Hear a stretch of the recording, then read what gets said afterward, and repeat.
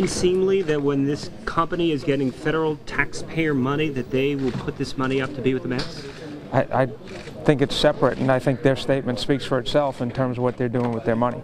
And there's plenty of other companies, large companies, that have applied to the federal government for TARP payments and are receiving TARP payments that have their name on other buildings. You've made a point in the past of talking about the brand of the Mets. Do the Mets want to be associated? Does this hurt the Mets brand? This is a company that is in trouble with or without TARP money. This company could still go under. Well, we hope that they're going to move forward, and we're going to help them move forward, hopefully, with our brand and their brand, and be successful together. Do you think this tarnishes your brand at all? Not at all. There's the reality of contracts, and then there's the issue of spin. You know, the people walking around the street who may not fully understand how business works looks at Citi and says they're spending $20 million a year to put their name on the field, yet they're getting $45 billion or $50 billion or whatever it is from the federal government. Okay, it's only fair to look at the others though that are receiving TARP money that have other naming right deals around the country. So Citi should not be singled out, and I think they're unfairly right now singled out. Do you think, so if other companies, if Bank of America, for example, ends its naming rights deal, is that something you would consider trying to end this or be willing to end this?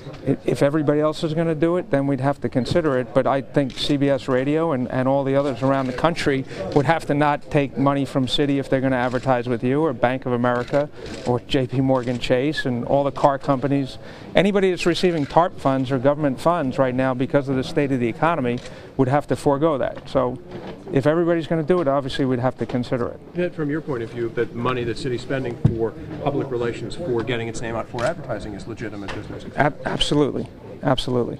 Are you guys concerned about, there seems to be political pressure building against Citi? I mean, But there's political pressure against the plane deal. Why is it against just Citi? Okay, I got a list of 44 other companies around the U.S. that have applied for TARP funds and that have in some way been associated with naming right deals or, you know, signature partnerships, so to speak.